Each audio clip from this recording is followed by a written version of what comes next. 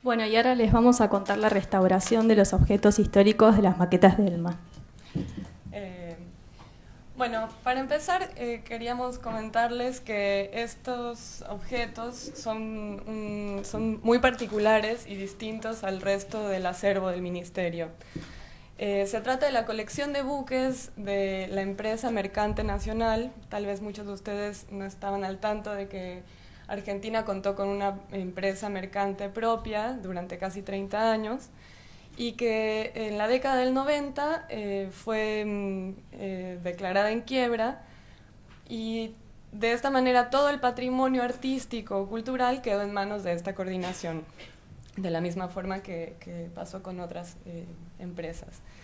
Es particular este tipo de objetos, son muy interesantes porque tienen una riqueza documental que tiene que ver con su materialidad y también con todo lo que representan. Nosotros a la fecha nos hacemos cargo de esta colección y a partir de su conservación trabajamos también con la recuperación de la memoria.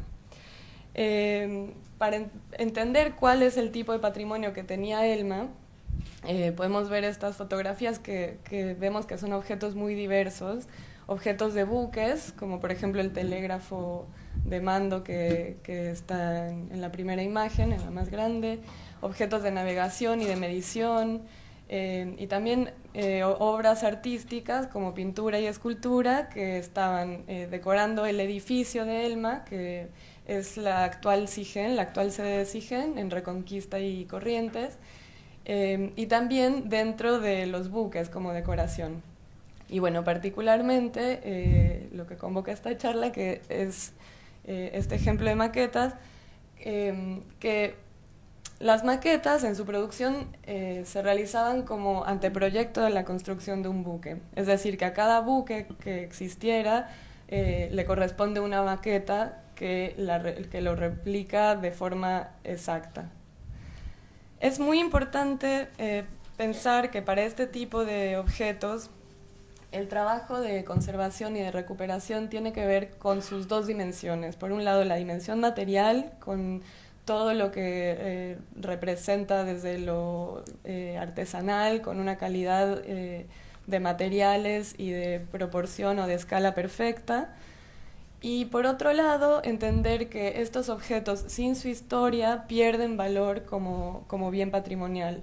Es decir, que el trabajo de investigación histórica y de testimonios con parte de los actores involucrados en la historia o de la comunidad que esté al tanto es fundamental para trabajar en el sentido y en la preservación de estos bienes. Para dar un poco de contexto histórico sobre la empresa, Elma fue tiene como dos orígenes fundamentales. Por un lado, una flota privada de Mianovic Dodero, que funcionó desde 1907 hasta el 49. Fue una flota de gran importancia en rutas de comercio marítimo.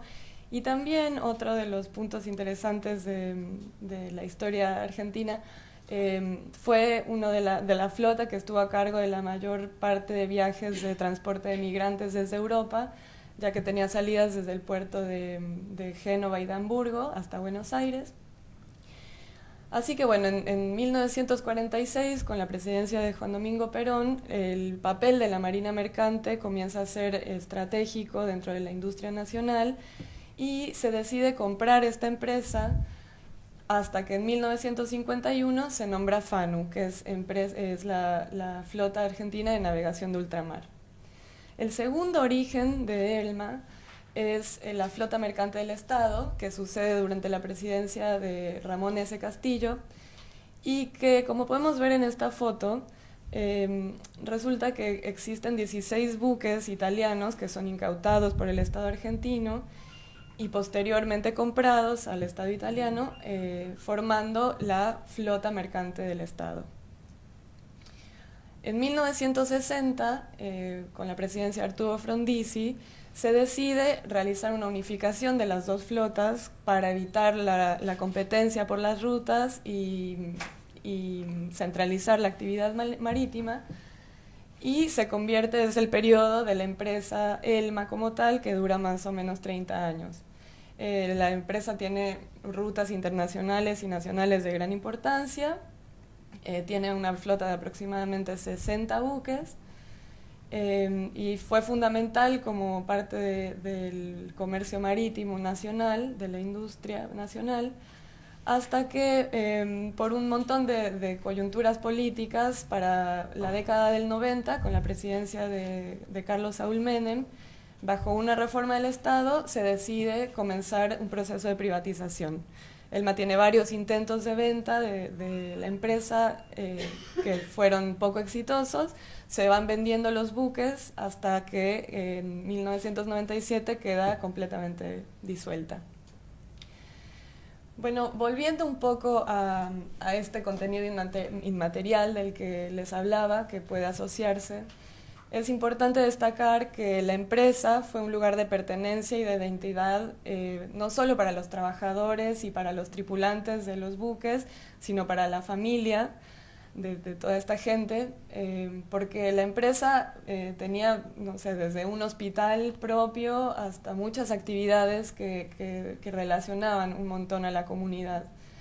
Es muy interesante que cuando alguno de los actores, algún hijo de algún tripulante, por ejemplo, se acerca o está en contacto con una de estas maquetas, la maqueta funciona como disparador de memoria de toda una historia que excede al objeto, ¿no? que tiene que ver con la historia también de nuestro país.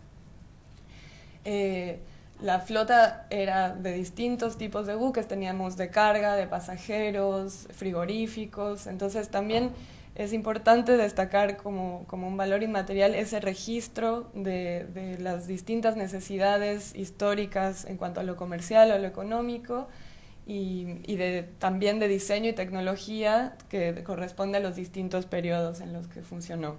O sea, las maquetas son un documento y un testimonio, son un registro que de no entenderlo en conjunto junto con la historia, perderíamos valor como bien patrimonial. En cuanto al valor material de las maquetas, los materiales son en general madera y metal principalmente. Las maquetas más modernas tienen algunos materiales sintéticos, algunas piezas sintéticas. La escala utiliza desde 1 en 100. Esto es medidas de 1,60 m por 40 de profundidad en general. Algunas son un poco más grandes, algunas son un poco más chicas. Y como decía, la construcción de las maquetas se realizaba como anteproyecto de la construcción del buque real dentro de los astilleros y a partir de ellas se decidía y se aprobaba la construcción del buque.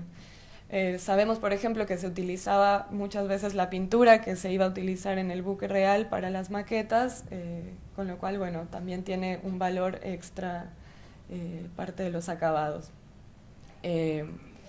En cuanto a la conservación que realizamos dentro de la coordinación en relación a las maquetas, bueno, cabe aclarar que el Ministerio no es un lugar que está preparado especialmente para la guarda de bienes patrimoniales o de objetos artísticos.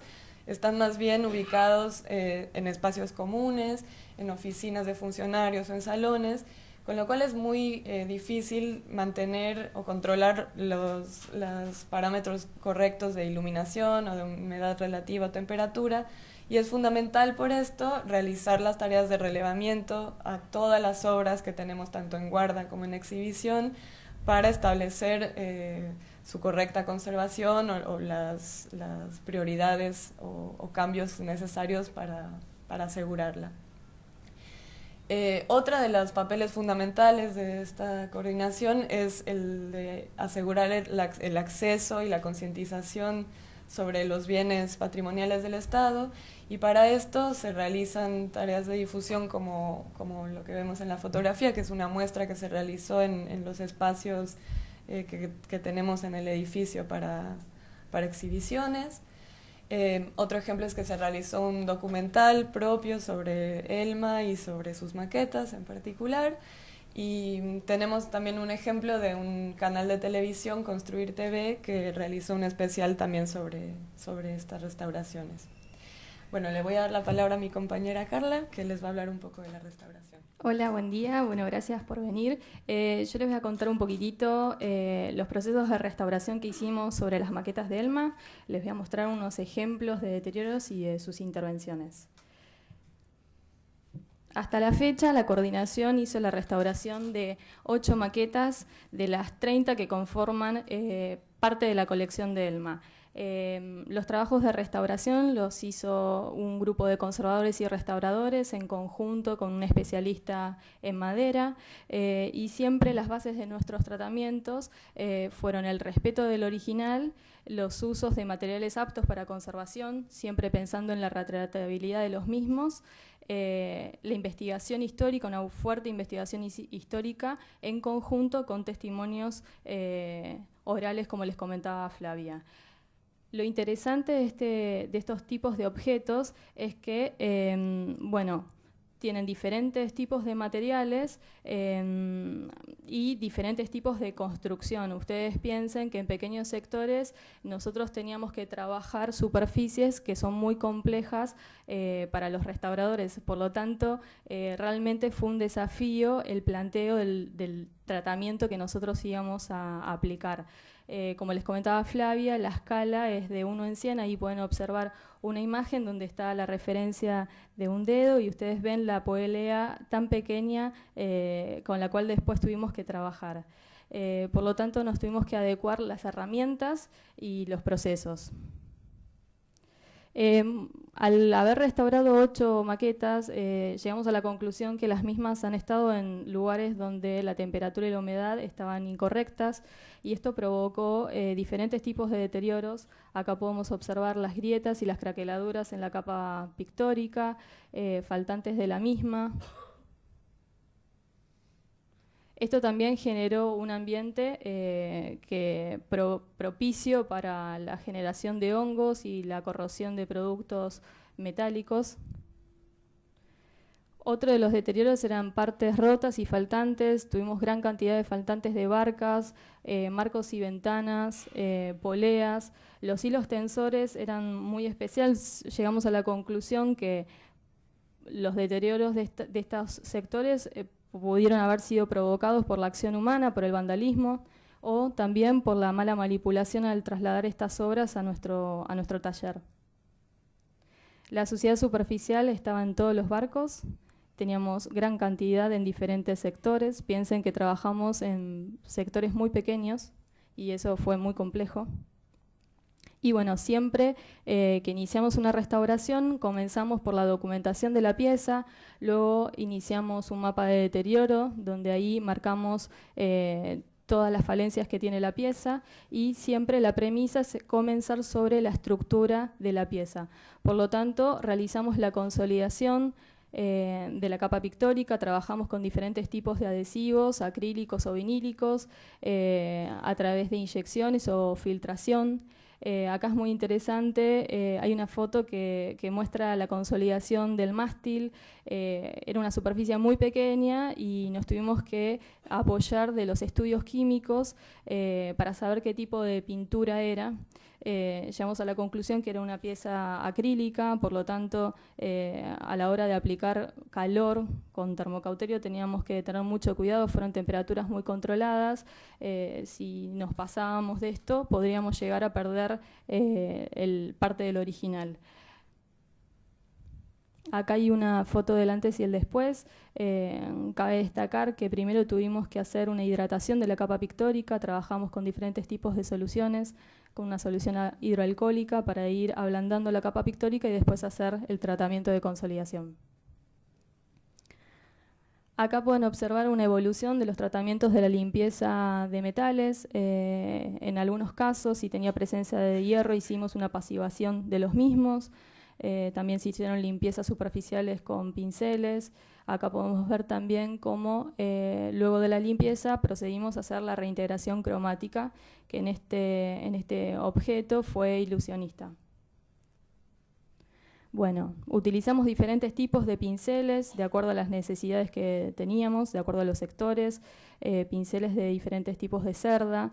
También hicimos limpieza vía húmeda, y esto es muy importante, lo mismo que les decía antes, saber con qué tipo de capa pictórica estamos trabajando, porque de acuerdo al material, nosotros trabajamos con diferentes soluciones, las cuales las vamos trabajando con el triángulo de TEAS, con un triángulo interactivo en el cual nosotros probamos diferentes materiales. En este caso siempre nos manejamos con agua o alcohol, omitimos la acetona porque ya sabíamos que era una pintura acrílica, entonces por lo tanto ya sabíamos que podía llegar a correr riesgo el original. Esto es muy interesante, es algo muy característico de estas piezas. Ustedes imagínense que nosotros en el taller de restauración no es común trabajar estos objetos. La reposición de hilos fue un desafío, más que nada porque tuvimos que adecuar herramientas que no son de uso cotidiano para los restauradores y analizar el armado de los hilos. Cada buque tenía un armado diferente para la tensión de los mismos. Y trabajamos, la reposición se hizo con hilos de algodón, con hilos de alambre, o sea, trabajamos con hilos metálicos o con tanzas, todo dependiendo cuál era el original. Acá pueden ver cómo la lectura de la obra ya cambió con la tensión de los hilos.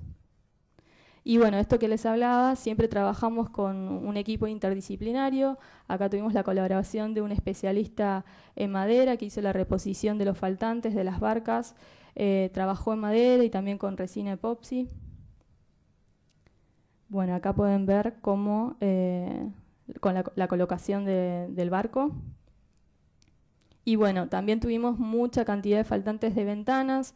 Lo que hicimos fue un molde de yeso y incorporar luego las ventanas al original y hacer una reintegración cromática. Bueno, el reintegro cromático, la técnica que utilizamos fue en un principio con acuarela y también utilizamos colores de restauración. El criterio fue ilusionista. Acá pueden ver cómo ya la pieza tiene una unidad y una lectura totalmente diferente a cómo ingresó al taller de restauración. También cabe mencionar que algunos de los buques tuvieron una intervención anterior y en este caso lo debatimos entre todos los restauradores y al haber hecho una reintegración que tal vez no era la adecuada, pero que corría riesgo la estructura de la pieza, se decidió dejarla y se procedió a hacer una reintegración cromática. Todo lo que les comentamos, nosotros lo volcamos en una ficha técnica, cada pieza tiene un legajo y toda esta información está al servicio de otros investigadores. Y ahora Flavia les va a contar el antes y el después de algunas intervenciones. Bueno, acá podemos ver la foto original del buque en funcionamiento. Este es el caso del río Hachal. Y la foto de la maqueta antes y después de intervenir. Podemos ver que realmente corresponden la realidad del buque con la maqueta. Y en el caso de esta restauración nos encontramos sobre todo con problemas de suciedad superficial y de falta de tensión en los hilos. También un poco algunos faltantes de pintura. Así que, bueno, fue una intervención interesante. El buque Río Dulce, que es un buque de la última etapa de Elma, un buque de los 60s, construido en España, que refleja un diseño un poco más moderno en relación al resto de la flota, y que en cuanto a su restauración tenía sobre todo problemas de desprendimiento de capa pictórica, de pintura, con lo cual el trabajo de consolidación fue importantísimo. El buque Ciudad de Paraná, que es un ejemplo interesante porque es un buque que se realizó en un astillero nacional en el río Santiago, es un buque fluvial, o sea, de navegación en río, y bueno, en cuanto a su restauración fue principalmente la limpieza, ya que tenía mucha suciedad superficial. Y este ejemplo, que es el río Luján, que fue un buque de los 40, un buque frigorífico que funcionaba para la exportación de carne y de frutas, que en cuanto a la restauración fue una de las intervenciones más profundas que realizamos. Está presentado un estado de conservación muy malo, y que además fue interesante tener acceso a una entrevista con uno de los hijos del capitán, que nos contó, además de un montón de información sobre la historia del buque, datos fundamentales para poder terminar y completar la restauración. Digamos, teníamos un faltante importante en el cuerpo del buque y no teníamos muy claro a qué se correspondía ese faltante, y gracias a su testimonio y a documentación fotográfica que también él nos acercó, pudimos entender que lo que estaba haciendo falta eran ventanas, y de qué tipo de ventanas y en qué posición debían estar. Con lo cual, con esto podemos mostrar, ejemplificar lo importante que es este trabajo en relación también a los testimonios, y que es parte de una historia que está viva y en construcción. Bueno, pues eso fue todo. Les agradecemos muchísimo su presencia.